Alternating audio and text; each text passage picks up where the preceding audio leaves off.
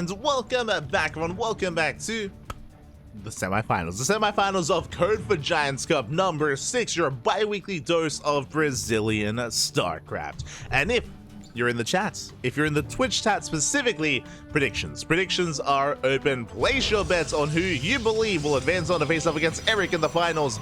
Will it be our Protoss or our Terran? Will it be one Brazilian player or the other? Up to you to decide as we are jumping on in. Predictions open. And spawning in the top left-hand corner of Ghost River, we have our Brazilian Protoss player, the blue Protoss, representing Team Hellfire. It is MasTeR. And spawning in the top right-hand corner, we have getting proxied, by the way, we have our Brazilian Terran player, the yellow Terran representing the Platinum Heroes. It is INexorable. Again, INexorable is last edition's runner-up in Code for Giants Cup number 5. INexorable, he made it all the way to the grand finals, where he fell to Eric in a best of 5. But now he's here, he's made it to the semifinals. He did look a little bit shaky against his previous opponents, against Domidoko, if you will. Did go to all the way to the ace match, but we'll see how we can recover and bounce back and look to make another finals run here in the semis. We'll see if we can. Again, MasTeR is the best Protoss in all of Brazil. Not just that, but he's the best Protoss in all of Latino America. Once upon a time, it was Paco Mike that held that title, but Paco Mike has since retired. Paco Mike, of course, was the Mexican Protoss player. He has since stepped away, and now MasTeR is filling his shoes. That is some big shoes to fill. Probe Scout going to be coming in. Behind this, going to be expanding on the low ground. It is going to be a proxy gate into expand. Zelt is waddling forward here to try and delay the economy. We can see it was a double gas opener. Double gas opener leads into a faster factory. Delayed command center from INexorable. So we will have an army to work with. It is going to be a reactor follow-up and a CC on the low ground. And if the CC gets thrown down, then we will be here to delay. Probe is going to be shut down, but here comes the Zealot. Not just the Zealots, but 2 Zealots. We have 2 Zealots to work with. Rolling on up, Reaper moves out. As it moves out, the Zealots move in. And we're going for the CC. Again, barely any production because the CC was delayed, because it was a factory first. It means that we will force a cancel. Big moment here for MasTeR. Cancels the base at the same time. Reaper moving out across the map. There's a shield battery. You have a shield battery back at home just in time. And that is enough to out-DPS, to out-heal the DPS of the Reaper. The Reaper will achieve nothing. Does at least scouts. Meanwhile, across the map, we're in a bit of trouble. Zalta knocking down that front door. Stalker as well, going for the Marines. Cyclone has arrived. We get the lock on. We force back the army. And INexorable's holding. Is holding. And what do we have in the follow-up? There is still no command center. We're going for the starport. 111. This looks like a borderline one base all-in. I say borderline. We could still throw down a natural base, another command center, but for the time being, we're still on a one base setup here. INexorable moving out with his SCV, trying to find the proxy, and eventually will. We'll find this. We'll come across this. There we go. Does get eyes on the gateway. Meanwhile, at the same time, Stalker's rocking up. We're going for the Cyclone. Cyclone taking a lot of hits. Takes a lot of damage to the Cyclone. It's going to go down. One more volley. Oh my god, so close. Does fall. Was it worth it because we lose a Stalker? Stalker for a Cyclone. I'll say a better trade for MasTeR, but he also lost both Zealots. Bear that in mind as well, as MasTeR is attempting to reinforce. Then we go Warp Gates on the way to just finish. Behind this, Twilight Council opener. Additional gateways are being thrown down. It's going to be 3-gate blink out of MasTeR, and INexorable is now going for the CC. A very delayed command center. It's quite late here for the Brazilian Terran. Stalker's moving in. We do get a kill on the Marine. Oh, but we're coming in first round. We try to come in, we get a lock on, and it looks like we do get one Stalker. Hot pickup by INexorable, very nicely done. Saves the Cyclone, gets another lock on. Oh my god, so close. One more shot from going down. Does survive. And INexorable, he zones away the army. CC is well underway. And we're going for the proxy at the same time. MasTeR, you can go for the CC. Uh-oh. The proxy is going to be shut down, but MasTeR doesn't care. MasTeR, he's going for the kill. He's going for the natural base. But the tank is exposed. And the tank cannot shoot, cannot shut down the Stalkers. It's going to go down. Massive loss here for INexorable. We get the tank, we get an SCV, and we recall the hell out of here. We make it back home just in time. Not losing a single unit, not losing a single Stalker. Again, there's a reason why MasTeR is the best Protoss in Latin America. Able to pull that off. INexorable, back at home, still building up. Getting to his own tank production, now the second tank, now into Liberator. Additional Raxes on the way. I would not be opposed to a third CC, just to catch up. It is a little bit greedy, but considering the game state, MasTeR does have quite an economic lead. The economy's on MasTER's side, and INexorable has to make some magic happen here. Either move out and shut down a base, third base on the way. INexorable is primed, though, to knock it down. To deny that third. Can we, though? Can we pull this off? The Prism! The Prism! Oh, no! The Prism takes a lot of hits. Takes a lot of damage, and the Prism is gonna go down. Massive pick off. War Prism does fall. Blink is done in 10 seconds. Remember, it was 3-gate blink. Did I say 3 gateways? We have 4 gateways, actually. Never mind. And 2 more on the way. I mean, one of them's... Oh, no, it's repowered. Never mind. I was going to say one of them got shut down, but here we go. The boys are being pulled in, but it does make sense. 2 base all in. Too many losses early on, and INexorable has to end the game here and now, one way or another. Either he kills MasTeR or he dies trying. I like the decision-making here by INexorable. What about the execution? What about the execution as Liberators? They do slowly siege up. Stalkers, they come in from behind. They get a tank. They get a tank. They almost get a Liberator. They will get the Liberator as well. Massive pickoffs. Beautiful surround there by MasTeR. Just picking away at the army. Overcharge is popped. We have a second shield battery. We come in once again. We shut down another tank. And there's no tanks left. No more tanks. Only one Lib. And MasTeR, he is shutting this down. Only vanilla Marines. MasTeR, he's just kiting back, pulling back to the shield battery, bleeding out some Stalkers, massive warp in, and the numbers, they're on MasTER's side. Coming in once again, a GG gets called, and MasTeR will take game number 1. GG, well played. A very chaotic game 1 there between both players, where we had MasTeR starting off with a proxy, able to punish the economy and able to cripple INexorable before he could really get going. INexorable forced into an all-in, and MasTeR handled it. He handled it quite well. Despite losing the War Prism, he was able to come in from behind, get a surround, and take down the power units of INexorable, one after the other, the tanks and the Liberator. That was the main bulk. That was the backbone of INexorable's army, and alas, it just was not enough. He was picked apart. GG, well played. Well played. MasTeR takes the lead, but now we're getting ready for game number 2. And I want to believe we can get a back and forth. You know, what I will say is that I believe that in a longer macro game, in the mid game, that INexorable can take it to MasTeR. We can get a back and forth. But that's only if we can get there. Can we get to the mid game? Can we get to the late game? Can we get into that kind of game state? Or is MasTeR going to take a lead early on again? You know, does he knock INexorable down before we can really stand back up? Let's find out. Let us find out.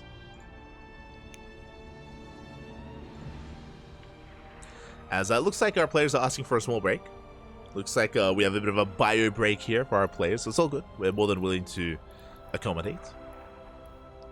More than happy to. It's got to be an emote for this, right? I thought there was. Never mind. I thought that was like a WC emote in game. Am I crazy?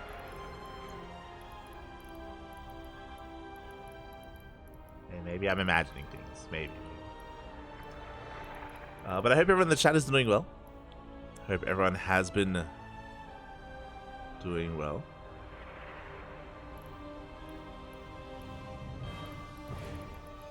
Sorry, I'm just, I was like, I could have sworn there was like a WC emote. Never mind, never mind, never mind. But yeah, we're currently mid-series here in our semi-finals. Eric is patiently waiting for the winner of this series. He's lying in wait in those finals. So we're kind of nearing the end of the broadcast. We're nearing the end. Just 2 series left. And then we can get some, we can sleep. We can get some rest, man. We can get some rest. Now, we've got a long day ahead of us. I've got a lot of VODs to edit over the past couple of days. Again, like ESL Asia, ESL Americas, WTL from last night, and this broadcast as well. Basically, right after the cast, I'm going to be editing all those VODs from the cast for the past couple of days.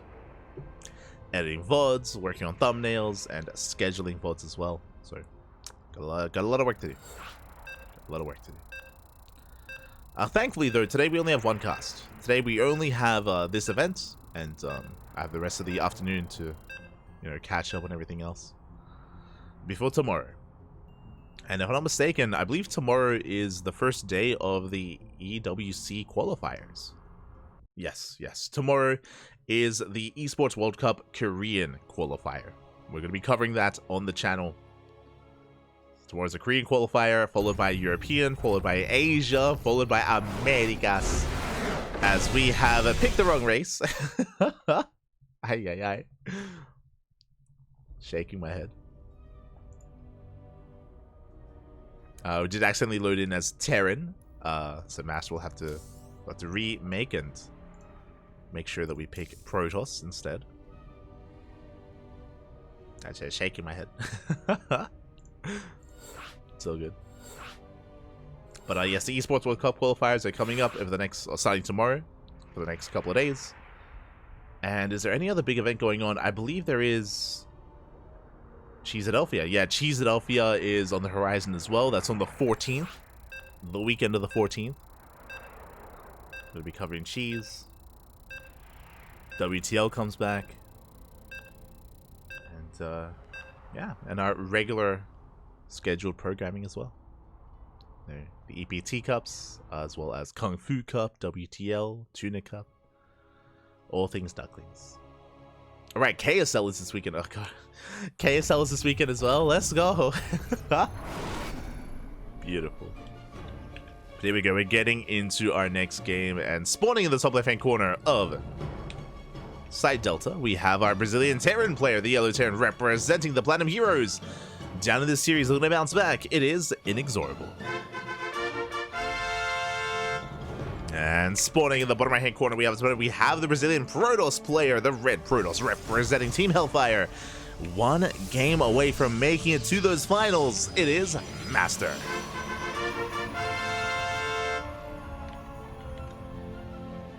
Let us go.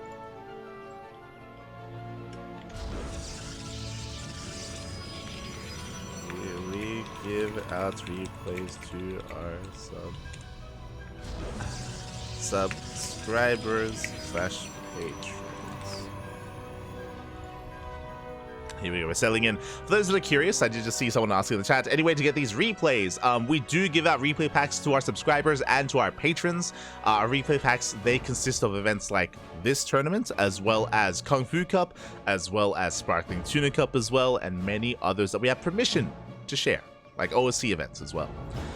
So yeah, if you're interested in that, then we do provide some replay packs, including players like top tier Europeans, top tier Koreans, players like Clem, players like MaxPax, players like Hero, Dark, as well as even more local regional players as well. So plenty of replays if you are interested in that sort of thing. Otherwise, we're settling in. To have MasTeR once again going for another proxy. MasTeR going for another proxy here across the map. Meanwhile, we do see INexorable this time going for an economic opener. That is a single gas opener. That means we're going for a Vax into CC. CC's on the high ground to make sure that this time there is no delay. This time INexorable will be able to get into his 2-base economy without too much issue. So despite the proxy gateway, we should be able to have a much more secure early game this time. Meanwhile, MasTeR across the map, this time not going for Blink, is going for Proxy Star. Oh my, okay, my apologies. We're going for Void Rays. We're going for a Void Ray rush. Ay. Let's go. We're proxying Void Rays, and we have shield batteries on the horizon as well. If you were here during the Moondance era of StarCraft, that was like 2021 era, 2020 even, this was very meta, this was very powerful back in the day. There was a nerf made to this build, which did make it a little bit weaker in the aftermath, which did kill the build for a long time. But after the nerf to the Cyclone, it's made a resurgence. For those that remember, the change that was made is now shield batteries, they morph in, they finish warping in with only half energy. They used to warp in with full energy. They used to be full of energy immediately. So that was nerfed to deter this cheese and this proxy. Likewise, Void Ray build time as well. Void Rays themselves were changed and were nerfed. Just because this build was so common and so meta for so long. And now the Void Ray has arrived. Gonna lay siege upon the initial reactor. MasTeR does scout. MasTeR did confirm with the SCV. And we need Cyclones. We need Cyclones, Bunkers, Marines, Vikings. As much anti-air as possible. We have more shield batteries on the way on the low ground. We have to be so careful with this Void Ray. Fun fact, Estrella did this yesterday. No, sorry, 2 days ago.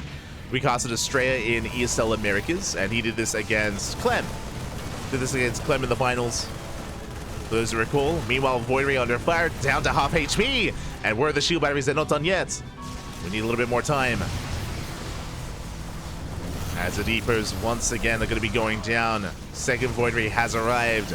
Deactivate prismatic alignment, going for the bunker. The repairs are not good enough. And we break through the bunker. Repairs are not good enough. We shut down the first depot and the second. And this will supply block INexorable. Uh-oh. INexorable is supply blocked. Is making a second Cyclone. Boys are being pulled. Making sure we can repair. Nice lock on these two. Ooh, the shield batteries are out of energy. The third shield battery is late. Yeah, we needed the shield battery to be sooner. We're out of energy. MasTeR is vulnerable. He has to pull back to the right-hand side. The bunker does complete. And MasTeR trying to just micro against the bio. As INexorable, he's now out of the supply block. More Vikings on the way. Yeah, Void Rays are not able to gain really much ground. Void Ray taking a lot of hits. Shield battery is done, but once again, we're almost out of energy. Almost out of energy already. I do think we can approach this from a different angle and go for the bunker and maybe the add-ons, but we can see INexorable, yeah, he knows that he's vulnerable, so he pulls back. He's going to be going for the add-on swap for Mass Viking. And back at home, we're transitioning. Back at home, MasTeR is expanding, throwing down gateways. It looks like MasTeR recognizes he cannot kill his opponent. MasTeR can no longer end the game, so back at home is going for his transition. Oh, and he will even find some Raxes here, or some add-ons. Let's go for the Rax. Rax is cancelled. Does pull away, respecting the Vikings. Shield batteries were under fire. Tech Lab, oh my god, will be saved, and we punish the Void Rays. We save Stim, and one Void Ray falls. Meanwhile, INexorable, he scans, he realizes that his opponent is expanding, and that is a sign to expand ourselves. As once again, the Void Rays overextend. Uh-oh. Yeah, MasTeR flying too close to the sun. He's gonna lose every single Void Ray. He's being completely shut down.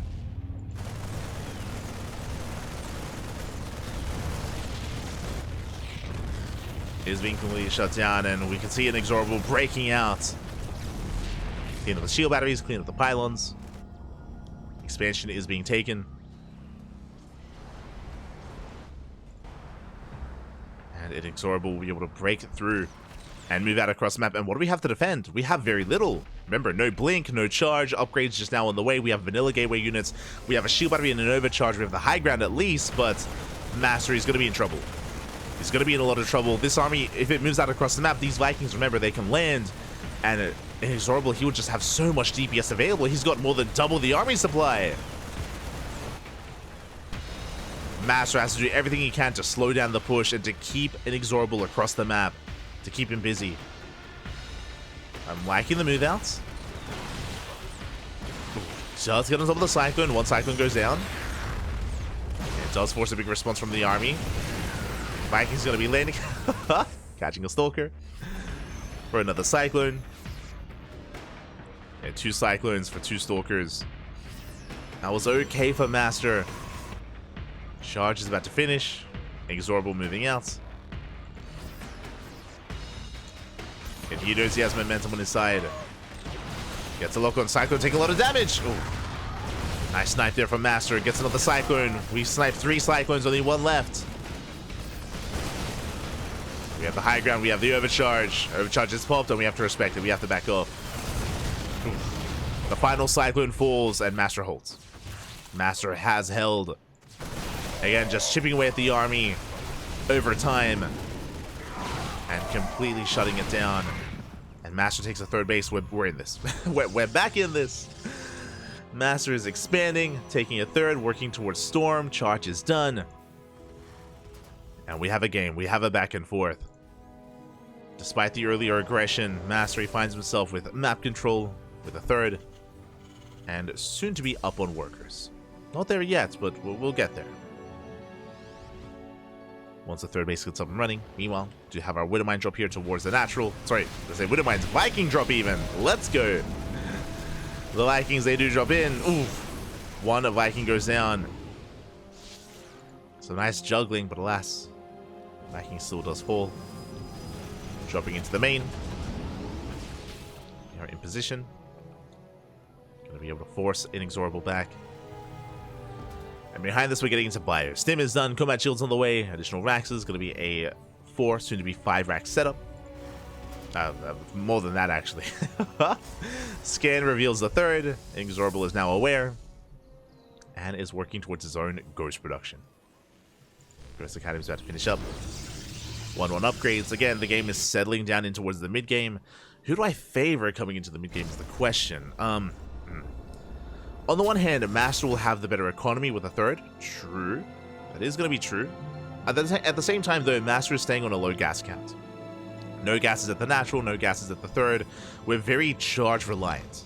Very reliant on charge lots. I mean, there's still some complexity to the army with Storm. True. Like, we have some High Templar, we have Storm, we have an Archon. But for the most part, we are quite limited with how many gas units we can rely upon.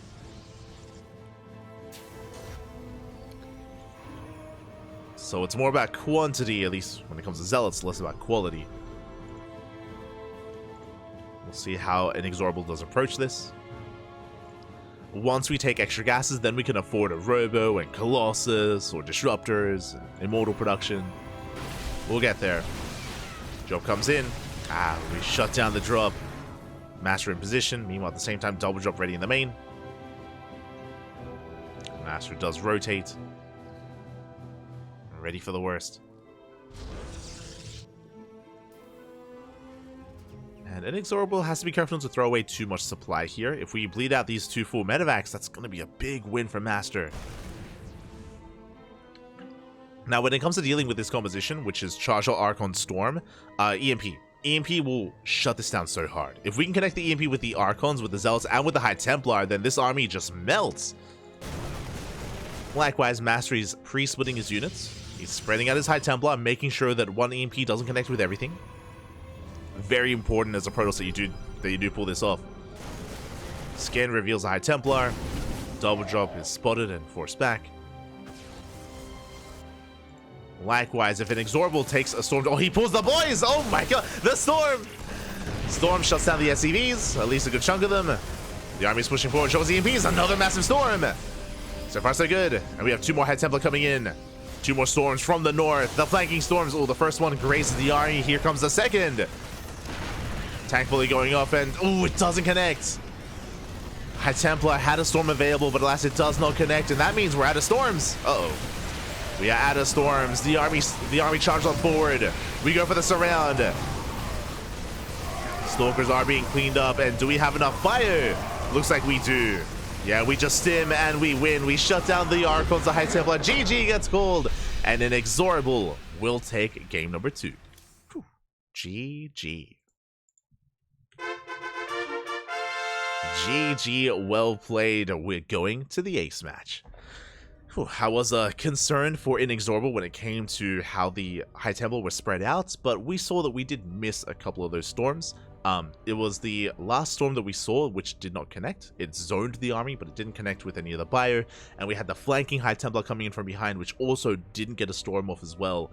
And storms are crucial when it comes to buying time and, of course, dealing with that heavy bio army. Alas, INexorable also knew that in the longer game he was gonna have a bit of a harder time really keeping up with his opponents, so just pull the boys, sent it, and we find ourselves in game 3. It all comes down to this. It all comes down to the ace match.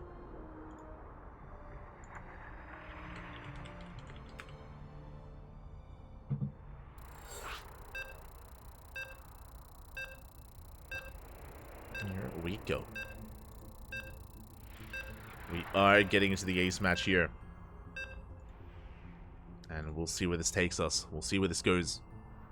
I mean, it could still go either way. It could still go in favor of MasTeR or INexorable. Both players are strong in their own rights, and both players are definitely worthy of making it to the finals. I mean, INexorable, it'd be great to see a rematch. Last week's finals was INexorable versus Eric. We're close to making that happen again. Or will MasTeR get his revenge? As spawning in the top right-hand corner of Dynasty, we have our Brazilian Terran player, the Yellow Terran, representing the Platinum Heroes, tying up the series, forcing Game 3. It is INexorable. And spawning in the bottom left-hand corner, we have his opponents. We have the Brazilian Protoss player, the Blue Protoss, representing Team Hellfire. It is MasTeR. Here we go. Whew. Oh, as we might be on the wrong map.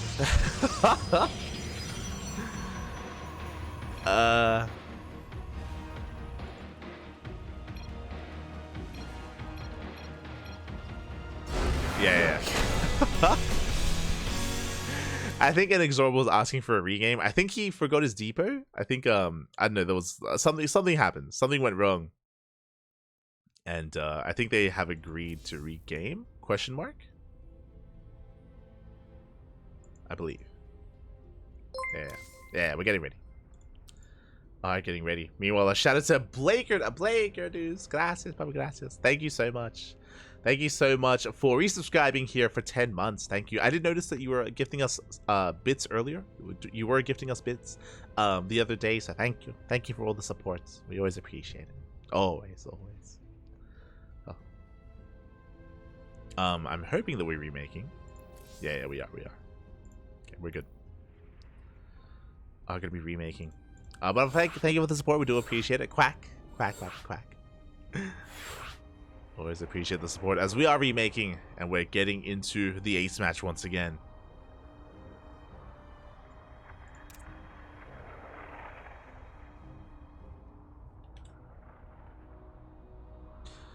And yes, MasTeR did agree to remaking.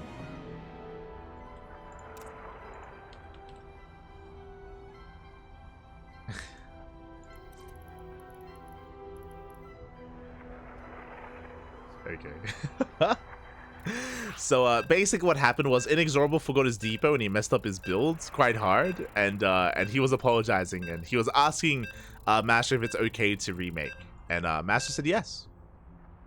So shout out to MasTeR, really nice guy to agree. Like, he didn't have to, he could just play it out, and INexorable would be in a really rough position because he was going for a proxy.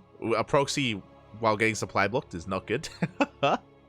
So yeah, do appreciate it. MasTeR does agree, and we are getting back in. Okay, in the top right hand corner we have our Brazilian Terran player, the Yellow Terran, representing the Platinum Heroes, tying up the series, forcing the ace match, and this time we'll make a depot, I'm sure. It is INexorable. And spawning there it. You love to see it. And in the bottom left hand corner we have the Brazilian Protoss player, the Blue Protoss, representing Team Hellfire. It is MasTeR. Here we go. I see the Zergburger 007 in the chat as well. Welcome. If you have any of us. Hope you've been having a great week. If you're enjoying the StarCraft we have tonight. Have been enjoying. I say tonight, this morning. It is almost midday, almost noon here in the land of Oz.